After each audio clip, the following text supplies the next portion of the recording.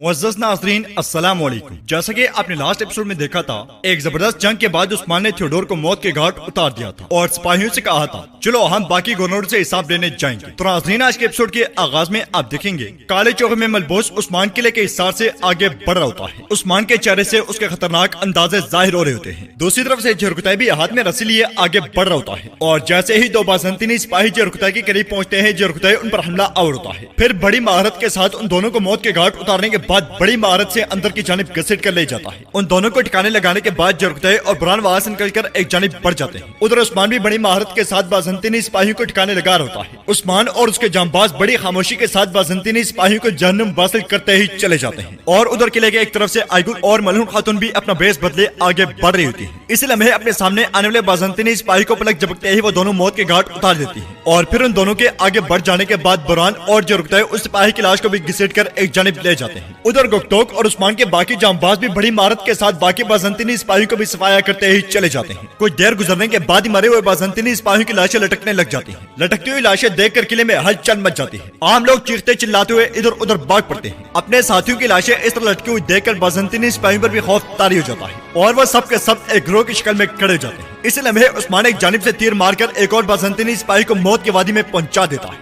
यह देखकर तमाम बाज़ंतीनी सिपाही तीर आने वाली सिमत की जानिब भाग पड़ते हैं और बेस बदले उस्मान भी अपने जांबाजों के साथ एक जानिब दौड़ पड़ता है। आगे आगे उस्मान और उसके जांबाज, जबकि पीछे पीछे बाज़ंतीनी कमांडर और सिपाही। काफी देर तक ये भाग दौड़ लगी रहती है। नाज़रीन, ये हलचल कैसे शुरू हुई और आखिरकार उस्मान का क्या मंसूबा है, ये सब जानने के लिए आपको दिखाया जाएगा 2 दिन पहले का मंजर। आखिरकार 2 दिन पहले क्या हुआ था, यह किला कौन सा है और उस्मान ने इस पर दावा क्यों बोला। तो चलिए देखते हैं 2 दिन पहले का मंजर। काई कबले में कालीनों से बड़ी माल गाड़ियां तैयार खड़ी होती हैं और ये कालीनें हरमन काई किले के लिए तैयार की गई होती हैं। आयशा खातून कहती है हम ये कालीनें खुद क्यों लेकर जा रहे हैं, काफिर खुद आकर ले जाए। जवाबन बालातुन कहती है ये उस्मान साहब का हुक्म है, जरूर कोई ना कोई वजह होगी। इस लम्हे मलहून खातून सल्तोक से कहती है अपनी आंखें अच्छी तरह खुली रखना, हम सिर्फ कालीनें पहुंचाने नहीं जा रहे, हरमन काई किले में क्या हो रहा है हम सब कुछ जानेंगे। फिर मलहून खातून आयगुल से कहती है फतुहात का वक्त आ गया है आयगुल, चलो चलकर काफिर के किले को अंदर से फतह करते हैं। इसके साथ ही मलहून खातून और आयगुल की क़यादत में काफिला रवाना हो जाता है। उधर उस्मान और उसके जांबाज थियोडोर का असर लिए बड़ी बर्क रफ्तारी के साथ आगे बढ़ रहे होते हैं और वह सब मुसलसल आगे बढ़ते ही चले जाते हैं। नाज़रीन, इसके बाद आपको बेलिजिक का किला दिखाया जाता है जहाँ गवर्नर रोगतोस कोसिस और नेकुला के साथ बैठा होता है। वो तीनों उस्मान की तिजारत को नुकसान पहुंचाकर अपनी तिजारत को मजबूत करना चाहते हैं। यहाँ पे इन तीनों का सिर्फ और सिर्फ एक ही मकसद होता है, काइयों की तिजारत को नुकसान पहुंचाकर अपनी तिजारत को बढ़ाना और ताकतवर करना। उधर दूसरी तरफ से उस्मान और उसके जांबाज मुसलसल आगे बढ़ते ही चले जाते हैं। इस लम्हे उस्मान उस मंजर को याद करता है जब सौगत में उस्मान ताजरों के मिसाइल सुन रहा था। एक ताजिर कहता है अगर आप पर एतमाद ना होता तो हम अपनी सारी जुमा पूंजी इस माल की तैयारी में ना झोंकते उस्मान साहब। फिर एक और ताजिर कहता है हमारा नुकसान बहुत बड़ा है उस्मान साहब,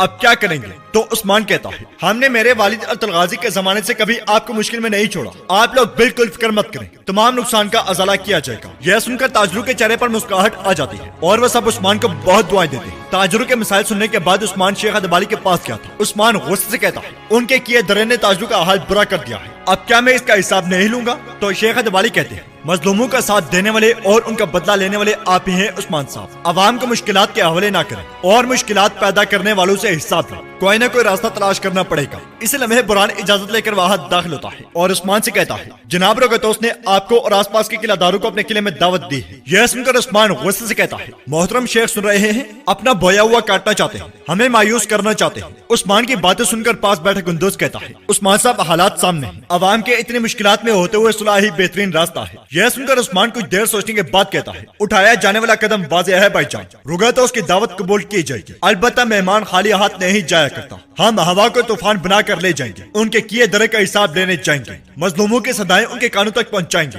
फिर उस्मान बुरहान से कहता है, बुरहान दावत की कबूलियत का पैगाम पहुंचा दो। यह सुनकर बुरहान चला जाता है। इस ख्याल के बाद उस्मान और उसके जांबाज थियोडोर का असर लिए बेलिजिक किले की जानिब आंधी और तूफान की तरह बढ़ते ही चले जाते हैं। उधर बेलिजिक किले में रोगतोस, कोसिस और नेकुला बड़ी बेचैनी से उस्मान का इंतजार कर रहे होते हैं। नेकुला कहता है, उस्मान को बेचारगी की हालत में देखने के लिए बहुत बेसब्री से मुंतजर हूं। फिर कोसिस कहता है, यह गरूर की चलती फिरती शक्ल उस्मान को घुटन देखना पादरी के उसूल से भी ज्यादा मजेदार है, मैं बता रहा हूँ। फिर रोगतोस कहता है, कुछ ही देर बाद इस दरवाजे से हथियार डालने के लिए तैयार उस्मान दाखिल होगा, उसे देखने के लिए हम सब बेसब्री से मुंतजर हैं। जबकि दूसरी जानिब से उस्मान अपने जांबाजों के साथ किले की राहदारी में दाखिल होता है। आगे बढ़ते हुए उस्मान का रौब और दबदबा देखने लायक होता है। आगे बढ़ते बढ़ते उस्मान जरकुतै और गुप्तो को बाहर छोड़कर अंदर दाखिल हो जाता है। बाहर खड़ा जरकुतै अपने हाथों से बाज़ंतीनी कमांडर के सरों को छुपाते हुए अजीबो गरीब हरकतें कर रहा होता है। यह देखकर गुप्तो कहता है, अरे भाई क्या कर रहे हो? जवाबन जरकुतै कहता है, इनके जिस्म बगैर सर के कैसे लगेंगे ये देखने की कोशिश कर रहा हूँ। उधर उस्मान और बुरहान जबरदस्त अंदाज में गवर्नर के कमरे में दाखिल होते हैं। उस्मान का रौब और दबदबा देखकर गवर्नर पर सख्ता तारी हो जाता है और कुछ देर बाद रोगतोस खड़े होकर कहता है,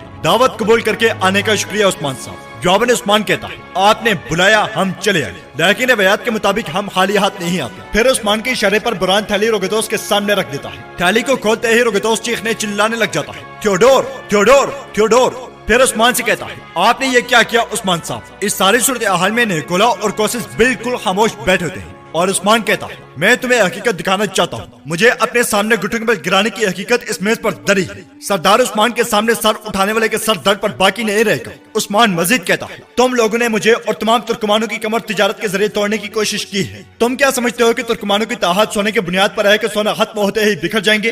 फिर उस्मान जोर से मेज पर मुक्का मारते हुए कहता है कि सास के बदले के सास की बात कर रहा हूँ। आप लोगों का सारा माल मेरे कब्जे में है। तुर्कमानों को जिस जगह चैन नसीब नहीं होगा वहाँ कोई भी सुकून से नहीं रहेगा। ये बात अपने दिमाग में अच्छी तरह बिठा लो। ये कहते ही उस्मान पूरे जल्लाल के साथ वहाँ से निकल आता है। उस्मान के जाने के बाद नेकुला कहता है, पता नहीं कैसे लेकिन हर बार ये कोई न कोई रास्ता निकाल ही लेता है। रुगतोस को गमगीन देखकर कोशिश कहता है, हम थियोडोर के लिए हकीकत में दुखी है रुगतोस, मगर हमारे सामने बहुत ही अहम मसला मौजूद है। क्या तुम्हें अंदाजा है? यह सुनकर रुगतोस कहता है, इससे भी ज्यादा अहम मसला और क्या हो सकता है? तो कोशिश चिल्लाते हुए कहता है, क्या हो सकता है? हम सब के सामान वाला अमीर तरीन काफला शाम से बहुत पहले रवाना हो चुका है। यह सुनकर रोगतोस की हवाइयां उड़ जाती हैं और वो कहता है, अगर उस्मान ने उस काफले पर भी कब्जा कर लिया तो क्या होगा? हमें बदतरीन शिकस्त हो जाएगी। तो निकोला एकदम से बोल पड़ता है, नहीं हरगिज़ नहीं, मैं काफले के बजाते खुद हिफाजत करूंगा। यह कहते साथ ही निकोला खड़ा हो जाता है और इंतहाई गुस्से में कहता है, मैं आया निकोला, उस्मान को उस काफले को छूने की भी इजाजत नहीं दूंगा। कसम खाता हूँ, मैं कसम खाता हूँ। नाज़रीन, इसके बाद आपको किला हरमन का दिखाया जाएगा, जहाँ पे मलूम खातून और आयगुल का लेने लेकर पहुंच जाती है और घोड़ों से उतरने के बाद वो बहुत गौर से आसपास का जायजा लेती है। इसी लम्हे वहाँ मारी भी पहुंच जाती है और हाल अहवाल पूछने के बाद उन सबको लेकर अंदर की जानिब बढ़ जाती है। उधर सौगौत के सराय में उस्मान माले गनीमत के साथ खड़ा होता है। उस्मान कहता है, ये माले गनीमत उन ताजिरों में तकसीम कर दो जिन्हें के लिए दारू के खत्म किए गए माहिदों से नुकसान पहुंचा। यह सुनकर वहाँ मौजूद ताजिर और तमाम लोग बहुत खुश होते हैं और उस्मान को बहुत सी दुआएं देते हैं। उधर हरमन काय किले में कई खातून मारी के साथ मेज पर बैठी होती है। मरहूम खातून कहती है, हमने जो कालीनें आपको दिखाई थी वो लेकर आई और कुछ अभी हमारे कब्ले में तैयार की जा रही है। तो मारी कहती है, चले अच्छा किया नहीं लाए, क्योंकि गवर्नर्स को इस तिजारत का बिल्कुल इल्म नहीं है। इस पर मलहूम खातून कहती है, मैं जानती हूँ, लेकिन बाकी कालीनें कब और कैसे लाएंगे? जवाबन मारी कहती है, मगर फिलहाल तो कोई काफिला भी नहीं आ रहा, वरना उसमें छुपा कर ले आते। यह बात सुनकर मारी के पास खड़ी उसकी मुलाजमा बोल पड़ती है और कहती है, शाम से आने वाला वो तमाम के लिए दारू का सामान लाने वाला बड़ा काफिला पहुंचने ही वाला है। यह सुनकर मारी को एक जोरदार दचका लगता है और वो इंतहाई गुस्से में अपनी दोस्त को इशारे से ही चुप करवा कर बेच देती है, मगर ये अहम तरीन मालूमात आयगुल और मलूम खातून के हाथ लग जाती है। मारी बात पलटने की कोशिश करते हुए कहती है, अफसोस है कि मेरी दोस्त को रेलिया को गलतफहमी हुई है, वो काफिला तुर्कों की हुदूद से नहीं गुजरेगा, इस वजह से वो काफिला फायदेमंद नहीं रहेगा। इसके साथ ही मलूम खातून वापसी की इजाजत तलब करती है और आयशा और गोंचा के साथ वहाँ से निकल आती है। उधर कमरे में जरकुताई, बुरहान और गोंचा खाने के दस्तरखान पर बैठे होते हैं, मगर जरकुताई खाना खाने के बजाय परेशान बैठा होता है। ये देखकर बुरहान कहता है, तुम क्यों नहीं खा रहे भाई? फिर गोंचा कहती है, क्या तुम्हें खाना पसंद नहीं आया? तो जरकुताई एकदम से कहता है, नहीं नहीं, क्या जरकुताई को खाना नापसंद करते हुए देखा है किसी ने? मगर मेरे गले में ऐसा फंदा पड़ा हुआ है कि पानी तक नहीं उतर सकता। मेरा दुख बहुत बड़ा है और इसका इलाज एक खूबसूरत लड़की है। यह सुनकर बुरहान और गोंजा कुछ न कुछ समझ जाते हैं और जुर्कदाई एकदम से बोल पड़ता है। आयगुल खातून के सामने उलझन में पड़ जाता, एक लफ्ज तक नहीं कह पाता। शादी करना चाहता हूँ, तुम बताओ जरा तुमने शादी कैसे की, कोई रास्ता बताओ, तुम लोगों ने शादी कैसे की। तो बुरहान कुछ देर सोचने के बाद कहता है, देखो मेरे भाई मेरी बात गौर से सुनो, तुम उसके सामने खड़े होकर एक ही बार में कह डालो, इधर उधर की बात किए बगैर एक ही सांस में कह डालो, उससे कह डालो कि मैं तुमसे शादी करना चाहता हूँ। यह सुनकर जुर्कदाई हैरानगी से कहता है, एक ही सांस में? इस पर वो दोनों हाँ कहते हैं और बुरहान कहता है, तुम जुर्कदाई हो, बहादुर जुर्कदाई, सब कुछ एक ही सांस में कह डालो। यह सुनकर जुर्कदाई का खून जोश मारता है और वो कहता है, हाँ मैं कह डालूंगा, सब कुछ एक ही सांस में कह डालूंगा। तो नाज़रीन, क्या जुर्कदाई बोल पाएगा और आयगुल का क्या जवाब होगा, यह हम आगे जाकर देखेंगे। आपको क्या लगता है अपनी राय कमेंट बॉक्स में लाजमी दें। इसके साथ ही जुर्कदाई पूरे जोश और खरोश के साथ खाना खाने लग जाता है। उधर सरदारी खेमे के अंदर उस्मान मलून खातून और बालातून के साथ बैठा होता है और मलून खातून काफिले की तमाम मालूमात उस्मान को दे देती है। यह सुनकर उस्मान खुश होते हुए कहता है, मैं जानता था कि तुम किले से खाली हाथ नहीं आओगे। अब मैं उन्हें एक ऐसा सबक सिखाऊंगा कि उन्हें पता चल जाएगा कि भेड़िए के ग़िज़ा पर नजर रखने का क्या मतलब होता है। पादरी को इस्तेमाल करना जरूरी है, हम उसे हासिल करने के लिए बड़ी मुश्किलात से गुजरे हैं। तो नाज़रीन, इसके साथ ही हमारी आज के एपिसोड का इख्तिताम होता है। उम्मीद करते हैं कि आपको एपिसोड पसंद आएगी। अगर आपको एपिसोड पसंद आए तो इसे लाइक करें, चैनल को सब्सक्राइब